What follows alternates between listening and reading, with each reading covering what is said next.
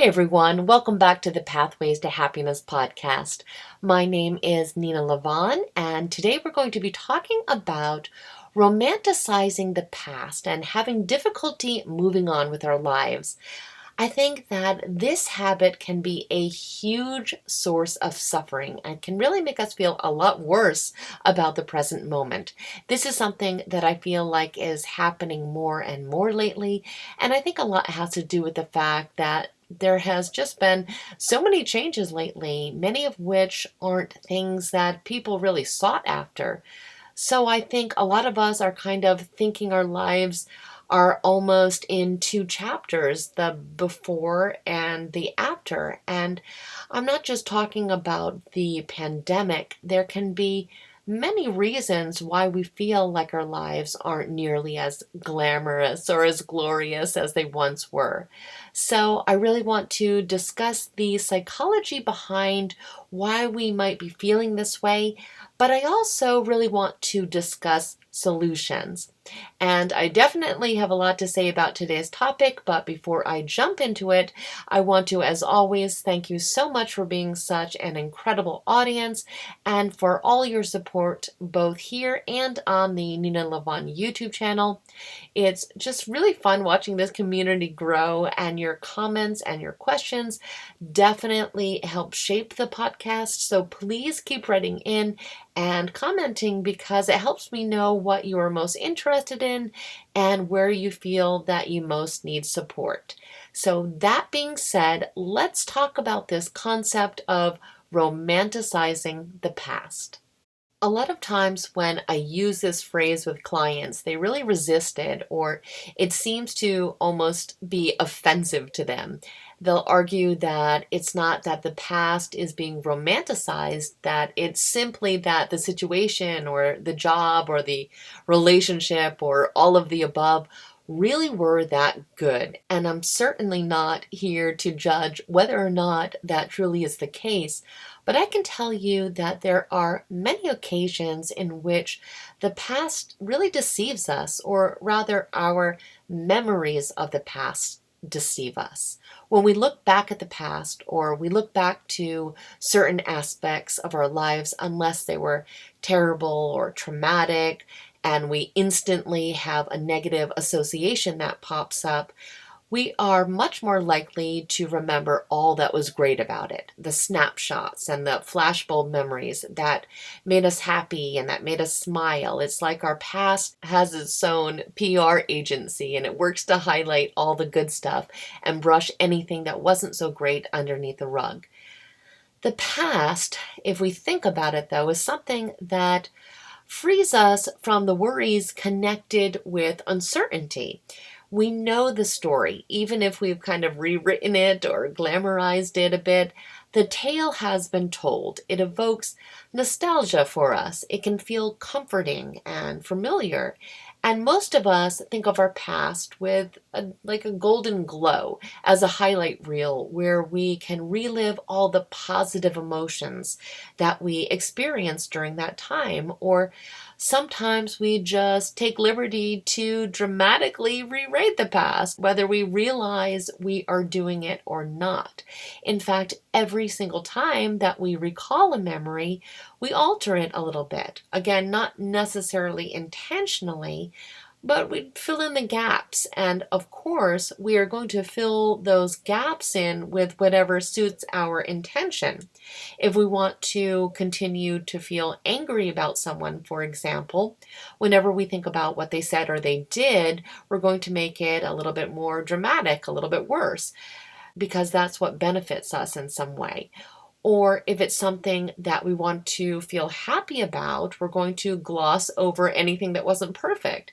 We'll fill in the gap in a much more positive way. We don't have the ability to bring up a memory like a movie reel. So our brain really incorporates new emotions and assumptions and colors our memories to better align with how we want to feel about them. And with time, we end up with an extremely biased version of the truth. But to us, it's just a memory.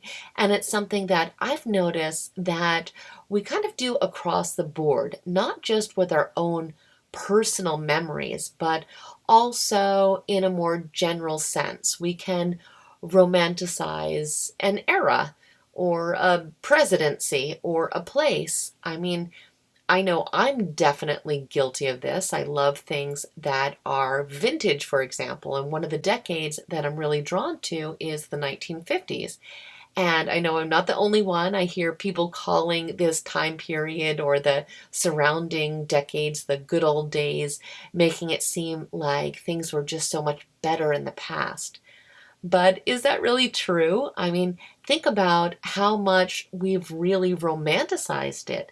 The 50s were really plagued with racism, sexism, and there was rampant abuse of alcohol and all kinds of other issues. But of course, that's not really what we think about. We think about how adorable the hairdos were and how fun the cars looked and how happy the music was.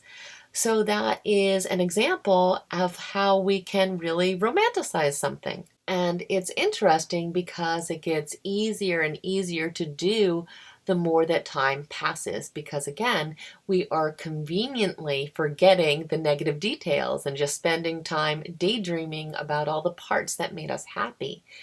I find that I do this all the time with the 80s and the 90s, making these decades seem far superior to now. And I notice that I tend to think of anything that came out of those years as something that was golden, especially music. Songs that I didn't even like when they were popular now seem like these timeless hits to me that I turn up whenever I hear them come on the radio. So it's easy to see that if we can romanticize something like an entire era, how much easier it could be to romanticize something that is much more personal to us, like a relationship or a job or the years we spent in college or anything else that we feel reflects the best moments of our life. We don't think of these memories as hand-picked moments. We think of them as worthy of being on a pedestal. And overwhelmingly, we think that things could never and will never be as good as they once were. And again, these times may have really been great. Maybe it represents the high point in our career or when we recall looking or feeling our best. Maybe it's when we were the healthiest or the most carefree. Maybe we felt the most loved or the most understood or appreciated. There are a million reasons why we can get attached to the past or memory that we feel that we can't really move away from. And it makes it that much easier when we factor in that we aren't remembering any of the pain that we went through during that time. We aren't remembering the struggles or any of the suffering. It really does heighten our attachment because the past can just seem so perfect. And this is so common that we actually have a term for this bias in psychology. It's called rosy retrospection. I love this name. It refers to the phenomenon of people judging the past disproportionately more positively than they judge the present. And it's very closely related to the concept of nostalgia, which I'm sure we are all very familiar with. It's a little bit different, but it has a lot of similarities. And it turns out that it is extremely common to get stuck thinking about the past and thinking that it was so much better than it was in actuality. But again, this is not meant to discount the fact that great and amazing things did happen in the past, or that there were situations that really do seem to be better than they are now. It's very possible that that is truly the case. A healthy degree of skepticism, however, can really be helpful in determining how true that really is for us. But let's just say that it's possible. Maybe we were once a fabulous athlete, and now we are spending all our time remembering the days when we were competing and we were in our glory. Maybe we were in a marriage that was seemingly perfect and so happy, and it ended abruptly, and we can't help but think about all the happy memories that we once had. These things can legitimately happen. And even things that were less extreme than this can really trigger that attachment to the past. Maybe we just missed how things used to be. And what's the problem with that? Or better, is there even a problem with that? What's wrong with missing the past? I think, firstly, it's human nature to miss things that we perceive to be as positive or that we really enjoyed. We are simply not wired to only consider the present moment or the future. It is human nature to look back, especially at times when we were filled with hope or we seemed happier. Sometimes we just lose our optimism and we are faced with a reality that we really don't like. And when that happens, we look straight to the past because it's like a security blanket, it's a safety blanket. So it really makes sense. But there can also really be a problem with romanticizing the past, or several problems really. When we latch onto the past, we begin to subconsciously demonize the present. We don't give it a chance. We give up on it before it can really turn into something beautiful. So, in a sense, we are really compromising the future. These memories will start to affect our decisions and can really steal our motivation, because when we are convinced that something is less than or just bad all around, of course, we aren't going to nurture it.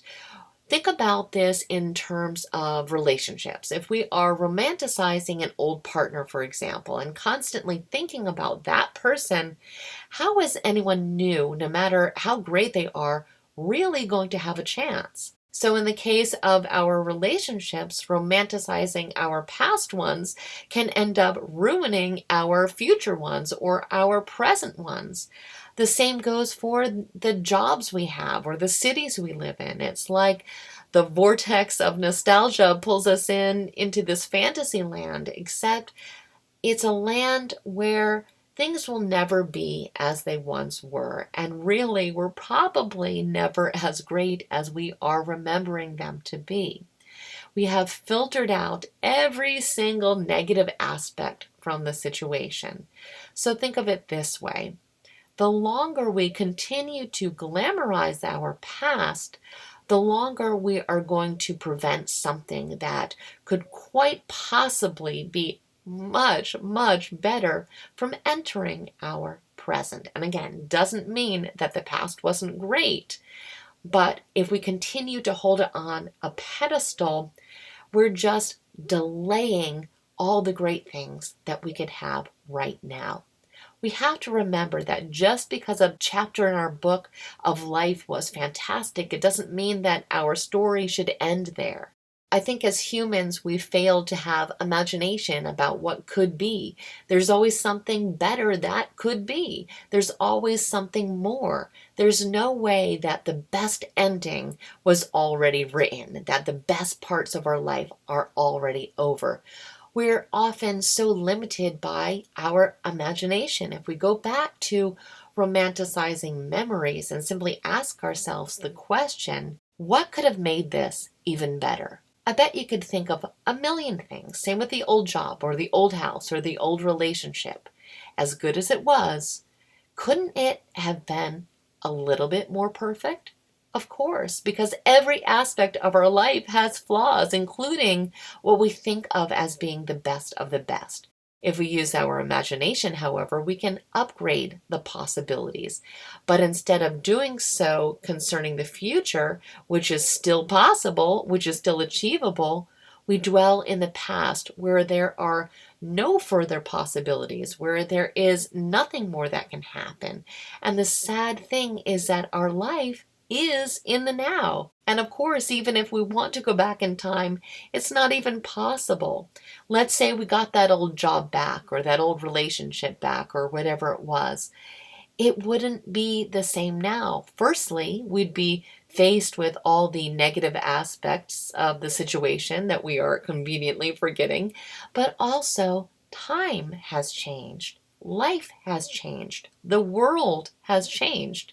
That moment of time could never be as it was ever again, even if we tried to replicate it. And How can we have any energy to create our future when all our energy is focused in the past? It's impossible, and it creates that vicious cycle. I also think it's interesting that we refuse to trust the universe, that we insist we'd be given the right cards only once in our life, and that's it, that the happiness is over. But that simply isn't the case. That's not true at all. Our life didn't end with that memory, with that experience.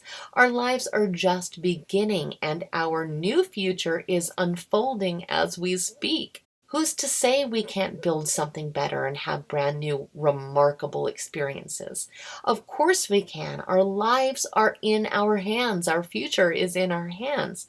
So I think that starting to reframe our relationship with the past is something that is important, and it's important that we think of it more as something that we can happily reminisce about from time to time, as opposed to a time and a place that we are mentally stuck in, because truthfully, we are never going to be fully present in the life we have now until that shift starts to happen. So, how can we help ourselves along this path? How can we begin to have a healthier relationship with our past? One of the things that has been extremely helpful to me and for many of my clients as well is to begin to write gratitude lists, to think about the things that we are happy about in the now, really allowing ourselves to focus on the good. This is something that is supported by scientific research.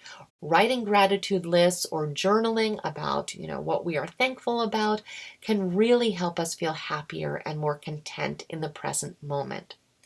I think another thing that we can do is to fantasize about the future. Think about new goals, new aspirations. Think about all that could be, especially aspects of our future that could be better than the past that we are romanticizing. Realizing that the present and future could potentially be vastly better than our past is paradigm shifting. It helps us remember that our better days aren't behind us, that the future is bright. Remember, our past has already been lived and carved in stone. It's only the present and future that we have control over now. We forget that we can create something astounding. So dream of what that can be and start working on it. Because once we start making progress, once we see these dreams becoming reality, we become empowered and inspired. And suddenly the past doesn't seem as enticing. And again, I'm not saying that we want to trash the past or throw our memories in the garbage. It's all about realizing that we can create new memories and start a new journey. We can have both. We can have the past and we can relive it in a healthy way from time to time, but we can immerse ourselves in the present moment to dive fully into whatever we have going on now, to make it the best it can be, and to start to move forward. It's really better to make our life good in the now than constantly be craving something that is no longer possible or available to us. We also have to keep in mind that the tendency that we have to recall our positive memories over our negative ones increases when we are feeling discomfort in the now. So we have to have awareness of that and really ask ourselves, what am I running from? What is causing me discomfort or anxiety?